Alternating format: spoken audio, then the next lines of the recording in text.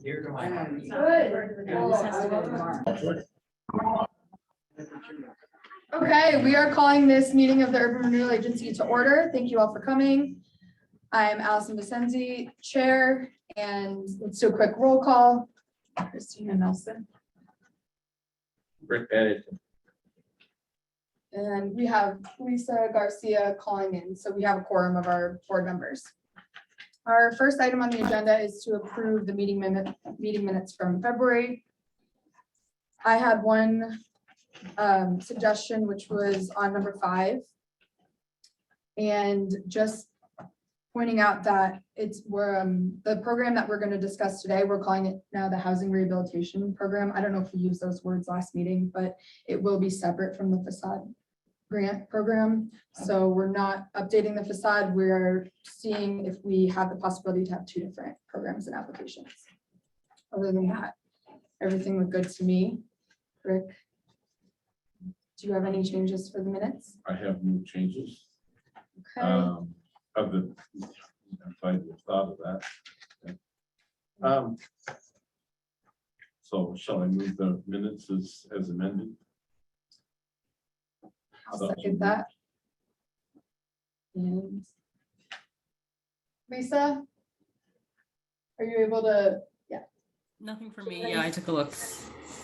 Okay, so all in favor of approving the minutes with the amendments? Aye. Awesome. Next on the agenda, we are actually going to move up the residential rehabilitation program discussion because I think a lot of people in this room are here for that. Okay, and so just a quick background, we officially kicked off the ideation for this project at our last month's meeting. And we are considering using some of the URA budget for rehabilitation or construction potentially of old and or new units within our district, which is largely downtown Livingston. We have a map available on our links on the website if you'd like to see specifically where we cover. And so we're mostly talking about 2nd and 3rd floor units and also potentially infilling vacant lots. So Grant, would you like to review the guidelines now, or should we start with public comment? I'd be happy to review the guidelines for everyone in the room, so they're kind of up to speed on Okay. some of the things we talked about. Excellent. Yeah.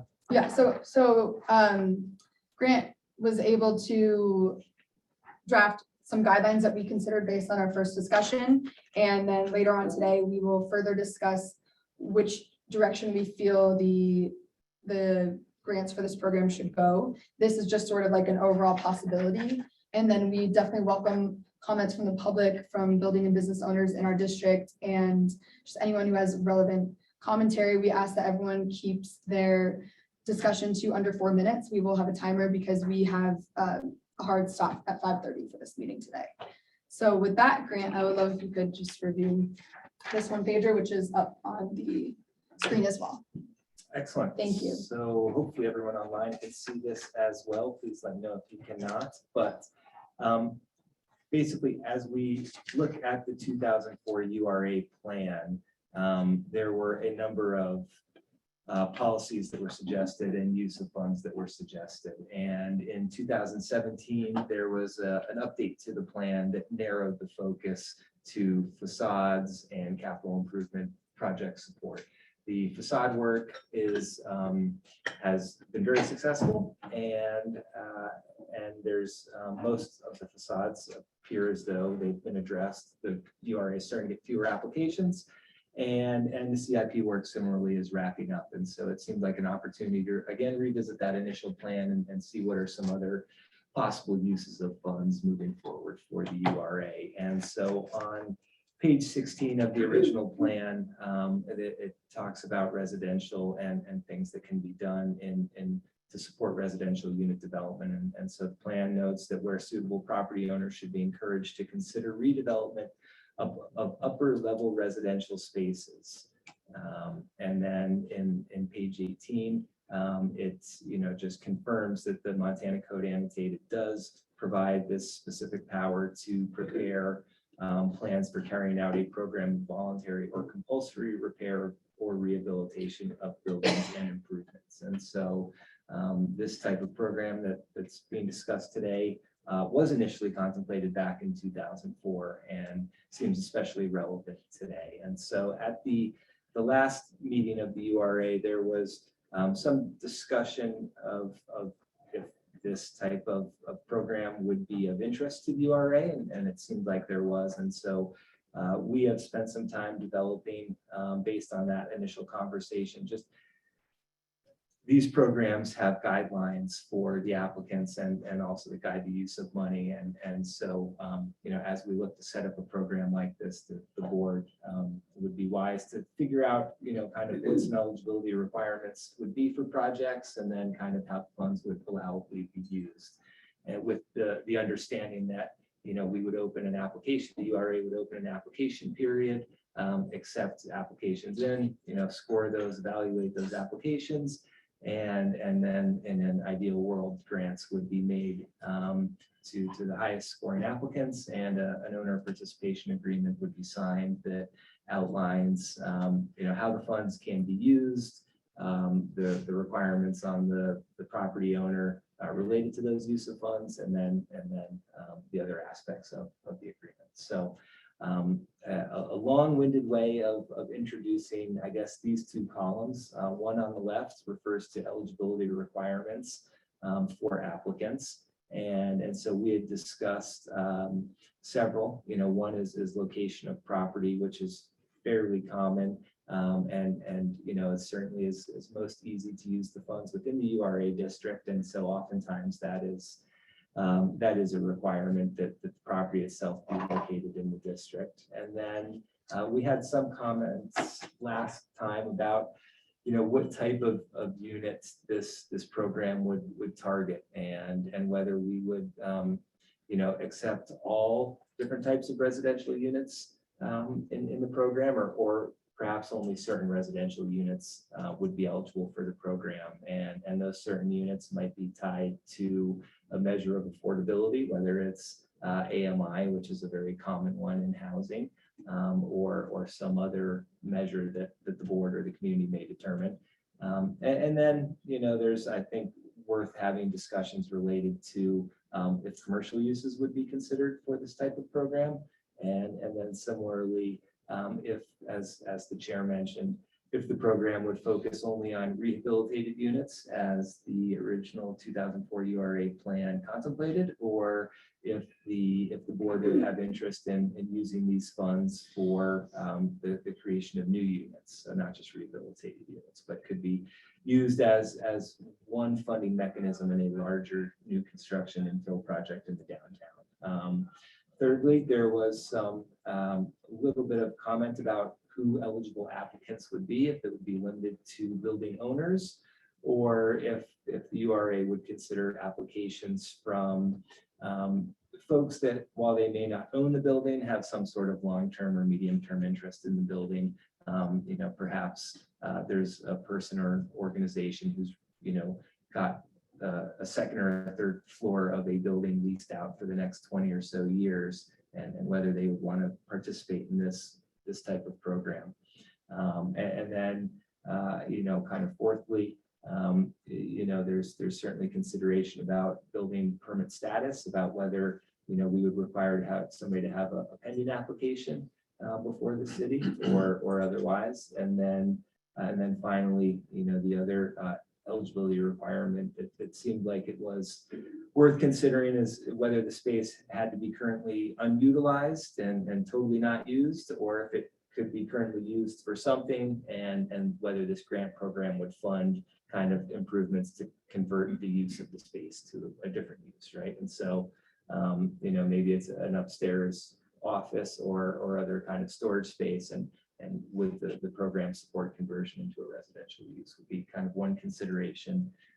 Again, this is kind of on the applicant eligibility side of the equation. And then, of course, there's the conversation to happen on how the funds can be used. And so that's kind of the right-hand column up here. And so certainly, I think a discussion about the use of funds whether they would be limited to any certain improvements, whether it's access heating, life safety, structural, offsetting impact fees / connection fees, or perhaps there would be less requirements on how the funds can be used, and maybe interior improvements would be allowed as well. I guess when I say interior improvements, I mean kind of non-structural life safety, access or heating, really just kind of more, in the overall improvements. And then secondarily, if there would be, kind of a minimum or maximum grant amount or, funding share amount. A number of these programs, certainly, it's common for them to have minimums or maximums, or to limit the URA's participation to say 25 or 50% of the project cost, recognizing that maybe the property owners are benefiting as much as the community. And so that certainly, I think, is another consideration as we scope out a program like this. Certainly term of work, how much time is allowed to complete the work. A lot of URA's time is of the essence in spending the money, because the URAs are of a limited duration, right? And so in order to induce the tax increment gain there, a lot of URAs require the work to be done in 6 or 12 months, again, so they can start to benefit from that. And similarly, the term of reimbursement, whether these would all be kind of single year lump sum reimbursements, or if the board wanted to contemplate a multi-year reimbursement. Of course, a multi-year reimbursement would allow probably for a larger project size, because if we look at the URA, they've got a finite budget each year. And so a larger project might run into that limitation. But to the extent that multi-year reimbursement was allowed, certainly larger projects could be contemplated. And then, of course, finally, a discussion on use of funds related to just what kind of documentation the board would like to see related to the reimbursement, whether they'd like to see just simply invoices or include also proof of payment. So a few different topics for the board to consider as they contemplate a program like this. And so, Chair, I turn it back over to you for public comment or deliberation, whatever you prefer. Thank you very much.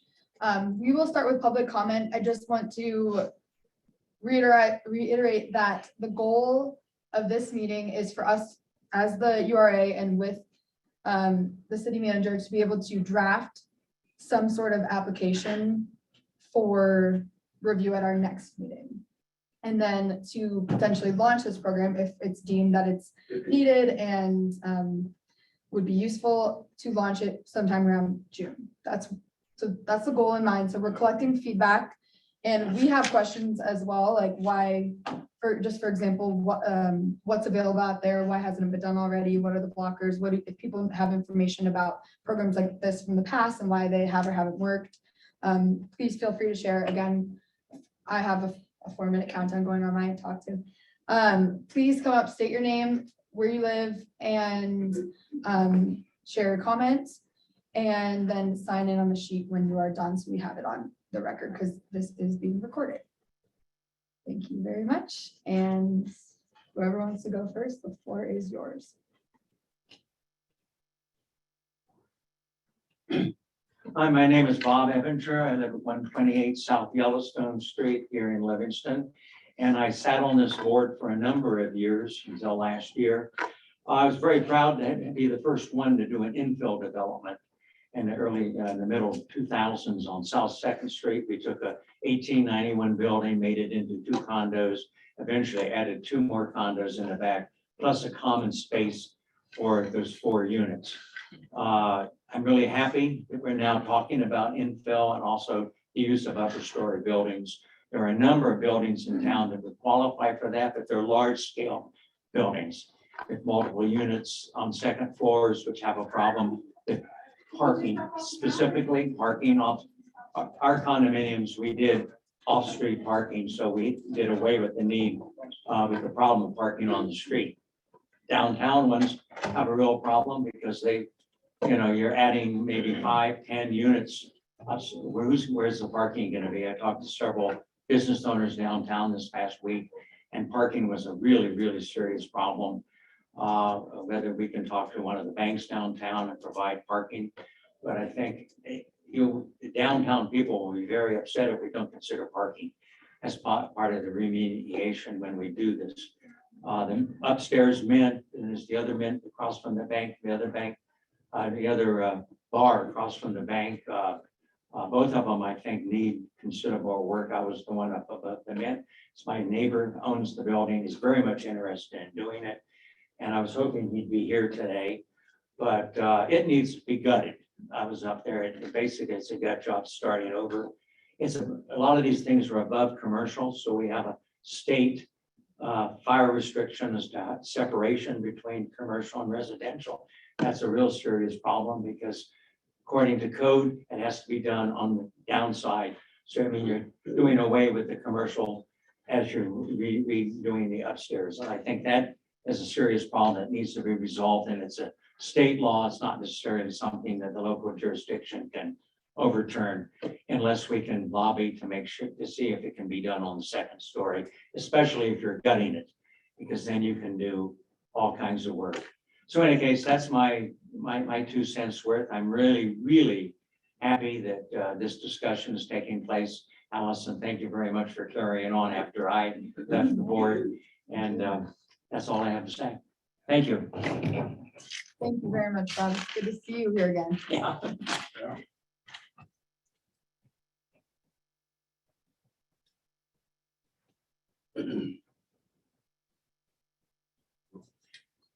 My name is Lindy Gibson and I reside at 215 West Clark, which is the Absaroka Apartments. It's a 14-unit apartment building that was originally the Catholic school. Just without knowing a lot, because there's so much going on and I'm getting older, and without knowing a lot, I drive around town as a low-income person and look at places that would be potential housing, because we're in such a housing crunch. It was kind of heartrending to go to the job fair at the fairgrounds this weekend, and all 10 businesses, from McDonald's to Printing for Less to Tech Electric, everybody is desperate for employees, and the housing costs are the main reason that people can't keep their jobs. I know couples that are working 3 jobs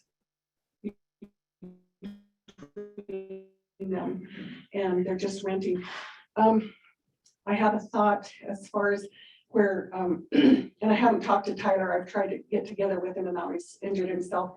But I've thought that where American Bank drive-throughs are on 100 block North Main, used to be the Grand Hotel, and it burned down in '69.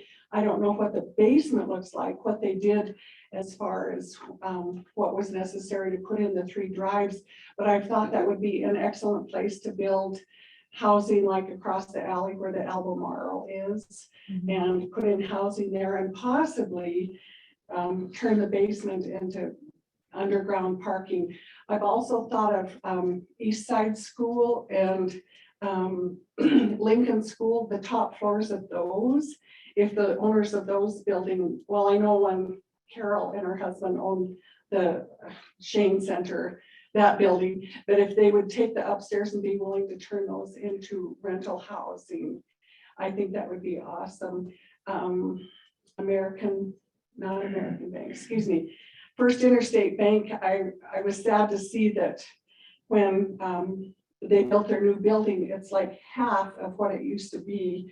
And if they'd be willing to sell part of their parking lot, because if you notice now they've got half a block of parking, and that's really sad. I know Depew Scott is really unhappy that it ate up all the parking downtown. That is an issue.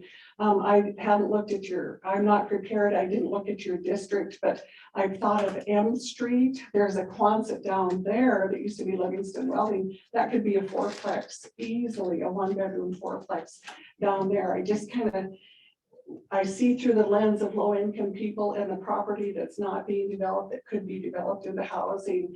And that's probably as far east as you're going to go, but those are just my thoughts. I hope you'll consider those. I think the biggest boost would be Tyler's 3 drive-throughs that are no longer being used. That'd be excellent to put something in. And I don't know how many units the Grand Hotel was, but that was hotel. That's when people came to Livingston, spent the night, and then went in by stagecoach to the park. But we used to have 234 downtown hotel units. And it would be awesome. Those are the spaces that I think we could turn into low-income housing, especially downtown, which I'm glad you guys are looking at. Because a number of low-income people don't have vehicles, and so location is so important, but you know, I don't mean to say it like you don't know. But anyway, and I want to thank you for all you're doing. I'm so encouraged that Livingston's getting a breath of fresh air and that people are taking grandma and giving her a new dress. So thank you for all you're doing. Thank you, Wendy, for those excellent ideas. Thank you.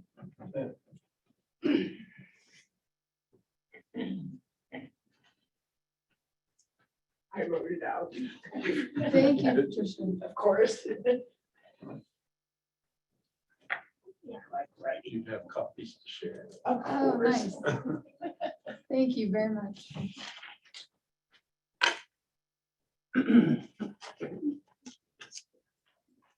There's 2 sections to it.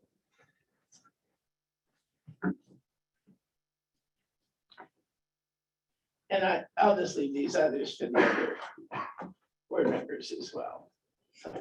Great. Here. Could you take an extra for me, Allison? Yeah. Yes, thank you. I don't want to take a huge amount of time, but I think it's pretty important.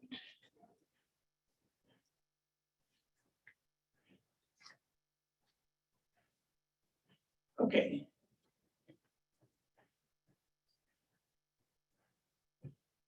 Okay. This is a result of 24 years of providing affordable housing in downtown Livingston. And taking the Grable building from with the 3 years of being condemned and completely, there wasn't anything that didn't have to be done to that building. Now that the plumbing was there, the building was open to the weather, windows were broken. A lot of the floors, oak floors, and so weren't there anymore because there had been a flood through the building. And it had taken out several of the oak floors in the apartments. And I can go into all kinds of details about how I took a building like the Grable, and I did it out of love for my grandmother, frankly, into what it is today, which is a very attractive building. Okay. By the way, I want to thank Bob, because without Bob, I don't think the URA would have worked at all. I don't even think it'd be even worked out. I just admire him so much. This is what I truly believe. And I have mentioned to the URA that those of us who've taken these buildings and turned them into something nice, from something that Bob had mentioned should be gutted. I don't think that it should be gutted, by the way, to what would contribute to the commercial area downtown. I will say, I think if we don't do it this way, we take a look at Belgrade, our downtown will no longer be a commercial area, and we will cease to exist as a downtown. And I believe within 10 years that will happen, unless we're smart. And frankly, we've got a city manager and a city commission that I think is quite capable of keeping our downtown the only downtown along the Montana Department of Transportation corridor that would exist as a town. So I mentioned Great Falls, where they strip zone 10th Street. So the downtown, those gorgeous buildings downtown are crumbling. Columbus, Montana, you don't even know the downtown exists. Belgrade, take a good look at Belgrade. In fact, I have had people who want to develop on either corridor, exit 330 or 337, who think that Livingston in 10 years should look like they just love 4 corners. I don't. This is the original entrance to the first national park in the world. And people like us have spent 24 years of our lives, and every penny we had to make this downtown what it is today. And we are going to fight to the death to keep it, okay? However, I believe, and this is what I go back to an old article 17 years ago, when the Murray, I think the Murray and the Great War are good examples. When the Murray condominiumized, the Murray, which was, need a lot of work, and of course we did. So this tells you, I think we should use multi-use buildings. I think we should condominiumize our downtown. I have offered, have a group of us help businesses condominiumize their buildings, the reasons for it. And I do not believe that low-income residential housing should be downtown, except as part of a multi-use building. And then it's viable economically. I do not believe we should have any more. And I guess I'm going over my time, but I truly do not believe we should have any more HRDC housing or public housing of any kind in our downtown. Those buildings are not commercial and they do not contribute to the commercial health of our downtown. And I am so dedicated to that. I think we need 4 more hotels like the Grable. And I think we can do it if we have an advisory board of those of us who've been through this. And we will help whatever owner there is to actually make it work. My time's up, right? So there you have it. That's why I wrote it down. Thank you very much. Thank you. Thank you. Allison, I used 2 minutes and 31 seconds of my 4 minutes. I have one small comment.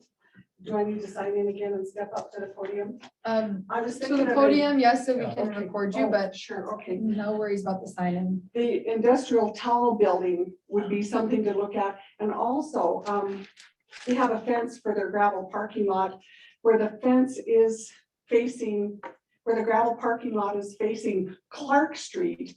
They could easily put in apartments there or condominiums there. There used to be, when I was a girl, there were 2 little houses next to industrial towel with real nice yards.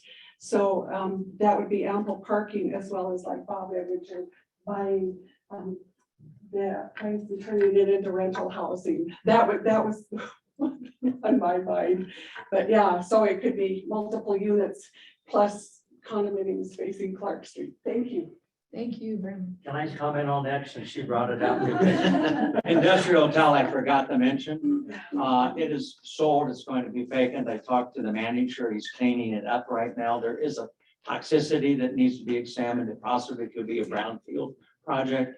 I think that's a great building. It's right next to the condos that we built. It would extend residential down the rest of the block, and it has parking on site. So I just wanted to add that. I forgot to mention it, but I think that's ideal, but it's a huge project. Mhm. Thank you. Come on it. Great. I'm James Langto. I live at 211.5 South Main Street in an alley. Don't judge me. Anyway, I have True North Cafe, 104 North Main. And I don't know if this will be helpful, but I'm so grateful for everything everybody's doing. I have absolutely fallen in love with this community. And I'm really concerned about our future because there's just, I'm constantly looking for good employees and nobody can afford to live here.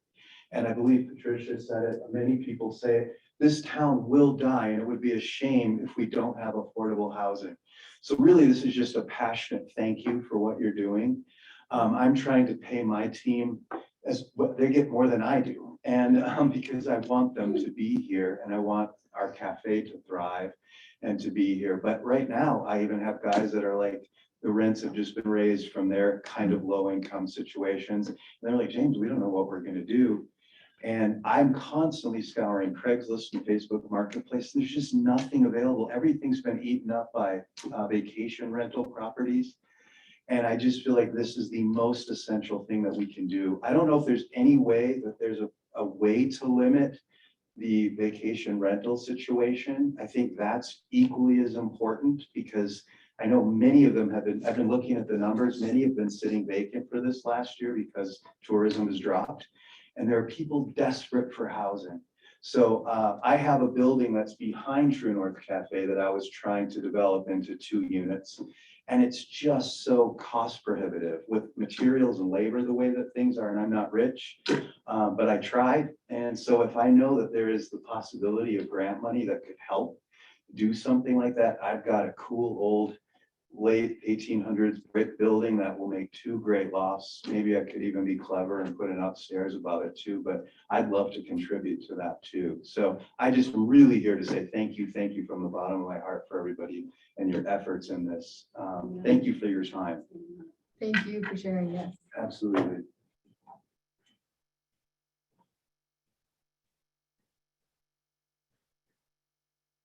You can go on. I hope that wasn't a waste of your time. No, that was excellent. Great. My name is Mark Narden. I'm at 1024 Prairie Drive. I'm past equivalent of president, currently vice president of the Elks here in Livingston. The Livingston Elk is the 4th largest, oldest elks in the state, and we fall only behind those that came in because of mining. That building's been there since 1926. Prior to that, we operated elks out of a log cabin. Our building needs a lot of work, and we want to try to utilize that building so that we can have a passive income of some sort and take in a revenue so that we as a 501c3 charitable organization can continue with our charitable expenditures to the community. I don't believe most of the people in the community realize how much the Elks provide to this community. Also, as what was stated, I think as a society, we have matured to the point that we want to maintain our heritage with the buildings. Livingston is a prime example of that. And again, augmenting our history, maintaining our history, and providing the integrity of our buildings and our community is very forthcoming. So with the abilities that you have to provide outfits such as ourselves, the monetary resources to even pursue this, because like the Graybill building, we're in the same boat. Our utilities are antiquated, and without the building, we won't be the Elks, and without the Elks, we won't be able to contribute to the community any further. So thank you for your time. Thank you. So just to, am I correct in, did I hear that the Elks has a potential area that could be converted to housing? Yes, we have many unused areas. We're just doing a feasibility to find out what is the best way to go about doing it. And so we need the financial resources. Okay, that is good timing to align with that. Hi. Hi.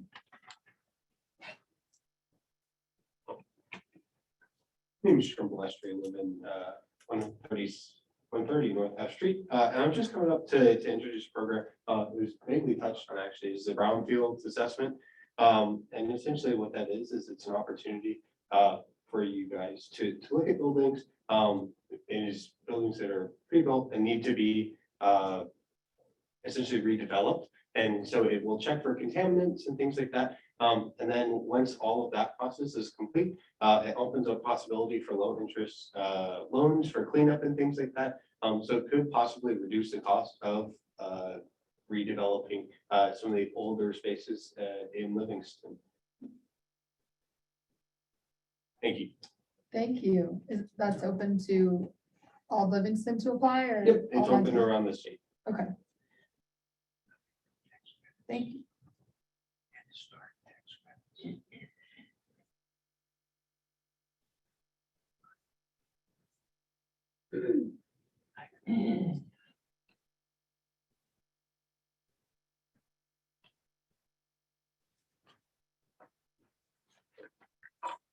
And I'm sorry, what was your first name again? Trent. Trent. Okay, thank you.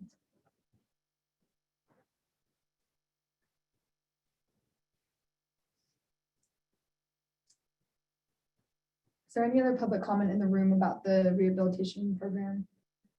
May I say one more thing?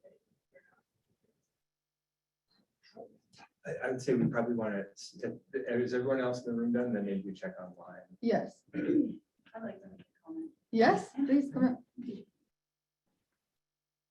Good evening, Catherine Daly, 520 South 9th Street in Livingston. Just here on behalf of myself this evening to say that I support your efforts. And I think this is a really important program that aligns with the city's existing plans and policies. I think this is a really incredible opportunity to, as this group has already shared, support our downtown business owners by diversified revenue streams, by encouraging the protection of our heritage through the built environment, by just overall fortifying this area. I want to address some of the comments that I've heard thus far, namely parking.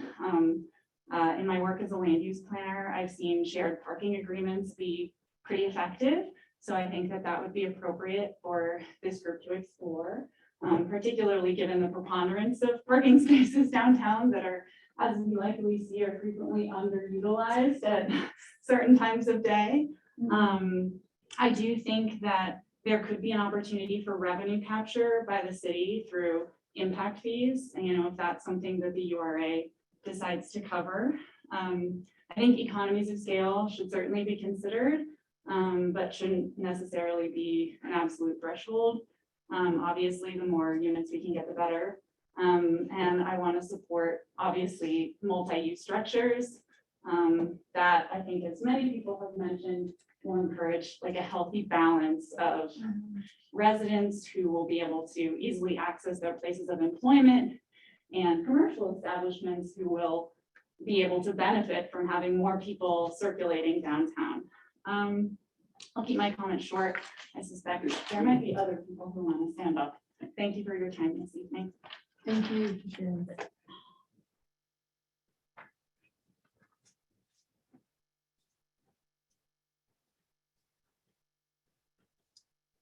Anybody else in the room? Would you like to share about this project? Yes, you can start coming. I'm just trying to keep it flowing. We're definitely short on time today. I'm Angela Devani. I'm at 423 South F Street. And yes, I, like everybody else, love what you're doing and think this is fantastic. A couple of thoughts I had, there's, I think it's outside of your zone though, that vacant lot at Efton Park across from the main hotel, main apartments. I don't know, there's like a dilapidated building there now. The old Kimmy Noble building, I don't know what's going on there, also on the street. And then also, as far as parking, have we thought about seeing if we can put a parking garage where that little building is on Main Street? Kind of looks like a parking garage anyway. I don't know, that might be something to consider. I don't know if the owners of that lot would be interested in collaborating, but that's all. Excellent. Thank you for that. Anyone else in the room before we open up to the online community? Yeah, come on in. Hi, Lila Fleischman. I'm the Community Development Director for HRDC. Our address is 121 South 2nd Street. I just want to express appreciation, like everyone else, for taking on this topic and including housing as part of a thriving downtown. We know from the data, a lot of the businesses rely on their employees, and their employees need somewhere to live. And downtown is a great spot to be connected to transit, be able to get to the grocery store, be able to minimize the amount of time that they're parking or even potentially need to own a car. As far as housing and workforce, they're deeply tied. So I think that this is a great perspective to take so that businesses within the downtown are able to continue to thrive, as well as the community members that are looking for somewhere that is going to keep them part of the community. I don't have super collected thoughts, but just wanted to highlight that there's a number of ways that HRDC is involved in the community and developing workforce housing that's able to meet community needs, as well as property management. Our community development work is fairly wide, and just want to encourage you all to reach out if you have questions on anything that we can do to partner while you're developing this program. And thank you for your time and good luck. Thank you. I'm glad you came. We did discuss last meeting that potential management, if that were an issue with the owners, that we would look to ask you if that's something you're interested in, because not everyone is well versed in property and tenant management. So it's good to know you're interested in that. Thank you, Bella. Okay. Anyone else in the room? Would anyone online like to raise a hand or remove yourself from mute and share a comment?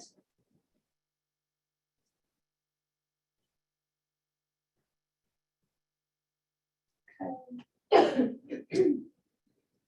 I don't see anything there.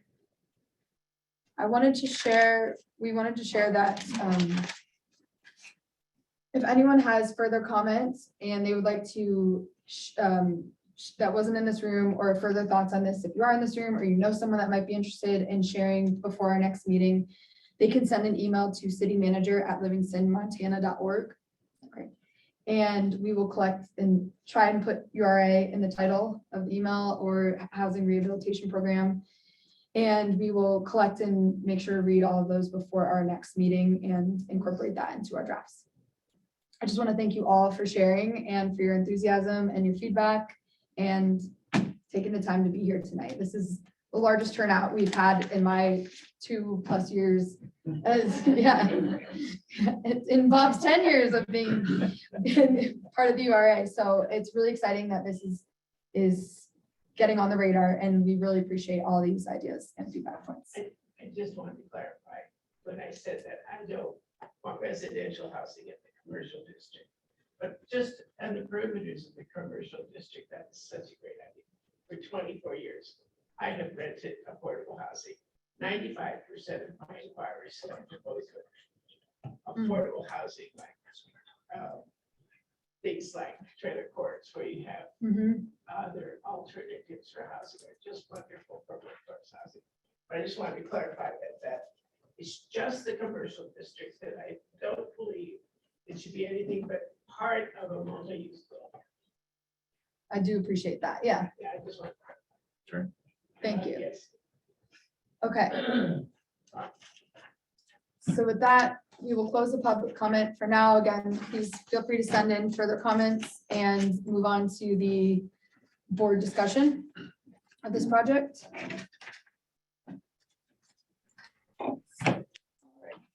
I have a comment for us. Can you guys hear me? Yes. Yeah. Okay, great. Yeah, and just in looking at Grant's document, like the summary of what to consider for the eligibility and the requirements, I wanted to bring up, which actually James mentioned as well, if we want to consider some sort of requirement for long-term leases over short-term, or at least making sure that we're not releasing grant funds for someone who plans to use the space as an Airbnb or a vacation rental. I don't know how we would make sure that that was the case, but maybe something for us to consider. Yes. I was looking in the Park County Housing Coalition's documents, and they call those STR, short-term rentals, defined as less than 30 days, I believe. And I do think I agree we should make a clause for that. I also wonder the implementation, like who's checking in to make sure that is Right.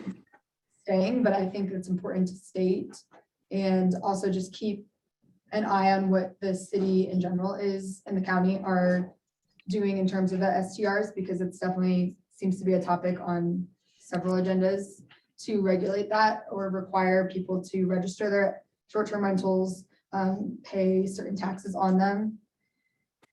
I do agree, though, that to help to have this problem help solve the program help solve the problem, it would need to be longer term, or at least maybe seasonal, we could consider. I know my building, for example, allows month to month in the summer and then locks in the lease through the winter.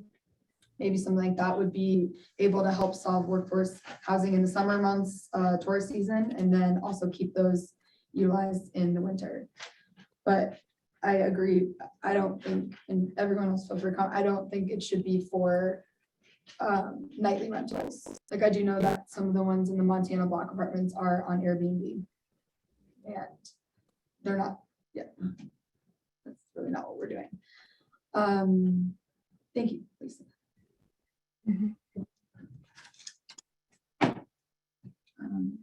Any thoughts, Rick? Well, my entire thought just goes to the sheer fact that all you have to do is drive down the street on Main Street and you look upstairs at the second floors all over the downtown area. The potential is huge for us to have a vibrant downtown that's commercial and residential balance so well. It just doesn't make any sense for us to have, but we're not the only community, obviously. Every place you turn, major communities or any kind of communities has downtown properties or business properties with vacant upstairs. And I'm pretty sure the people who built those buildings didn't plan it that way. They had plans for those buildings. Another thing it occurred to me when Bob was talking, but that I thought, where parking issues are concerned, underground parking is a possibility that we really haven't ever advocated or investigated. I think in Livingston very well, because every building downtown has got a basement inside. I think need a lot of work. Yep. That's a parking garage. Anyway, Yep. moving on. I definitely see how parking can be a concern, and I think what we can do is, if this program moves forward and we see who the applicants are initially, will they have parking problems? They might not if they're located somewhere, or they might be directly next to one of these banks, for example, and could use one of those partner agreements that Catherine brought up. And so I agree it should be like on the long-term radar, but then also in the short term, just figure out which projects might be able to move forward with the funding and then address parking case by case basis until we, as a town or city, come up with a longer term solution. I actually have one more comment. Yeah, no, please. Shouldn't as have many as ceded. you need. Another thought I have so far for facade grant program, I feel like something that we often have difficulty with is kind of predicting the future, because we have a rolling application for the entire fiscal year, a rolling application period. Just the thought for us to consider a shorter application window for this one to like get the word out, say that folks maybe have 3 months to apply if they're interested, just so that we understand what the requests are, and depending on how much funds we have available, we're able to allocate them better across projects, as opposed to not really being sure how much to release to the first project we get an application for, because we don't know what number 10 is going to look like. So just a thought for us to consider. I agree with that. And I think similar to the facade program, we could communicate with the building and business owners and tenants that they should get on our radar as soon as they can, so that we can at least keep in mind the project and in the scope of the fiscal year. But I agree that having a short-term time to apply would enable us to also get a sense of what's most needed. For example, in these use of funds, section A, I don't really know what would be most useful. I'm curious if we're allowed to ask James, like where the financial difficulties arose in your 2-unit conversions, if there's a specific area in these, like that, yeah. Is that okay? If he's comfortable you're- sharing, yeah. if not, we're happy to have an offline conversation. that's- you know, absolutely, to yeah. share to help our Sure. subsequent policy decisions. I think real quickly, I think just, oh, sorry, yes. Thank you Um, so much. Sorry to put you on the spot. No, not at all. I don't have that list or anything, but real quickly, first of all, a down payment. I didn't realize how big the expense would be. So help with a down payment would be absolutely really, really great. And then just the size and scope of everything. And now with interest rates going way up and materials going way up, it just escalates everything to make it almost silly to do it because the rents wouldn't match. So I think really the down payment would be very helpful. I just spent all my money buying the building, the business and buying the building. So I don't have new monies available, embarrassing to admit, but I think that would be a really good thing to think about. Is down payment assistance. Very real. Yes. Great. Thank you so much. Sure. And I think that also brings up a good point of this, compared to the facade program, this is a program that does good hopefully for the community, but also is income generating for the owners. And so likely they'll be more incentivized to get the applications in and get the project work done. Not that it's, obviously facades are very important as well to the beauty and the well-being of our community, but this is because of this income generating aspect. I do think having that timeline like shortened is a good call, and then hopefully get the work done faster and then create those units and meet that need sooner.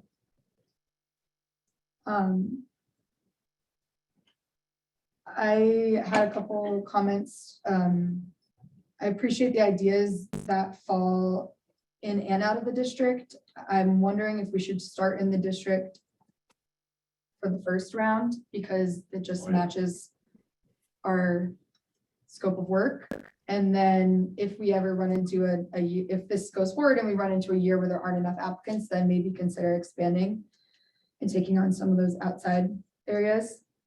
My thoughts on the type of unit would be, I guess I'm open. I don't see it, the commercial use applying to this if we are focusing on housing, although if there's a commercial, like I'm open, obviously if there's commercial downstairs or elsewhere in the building. I'm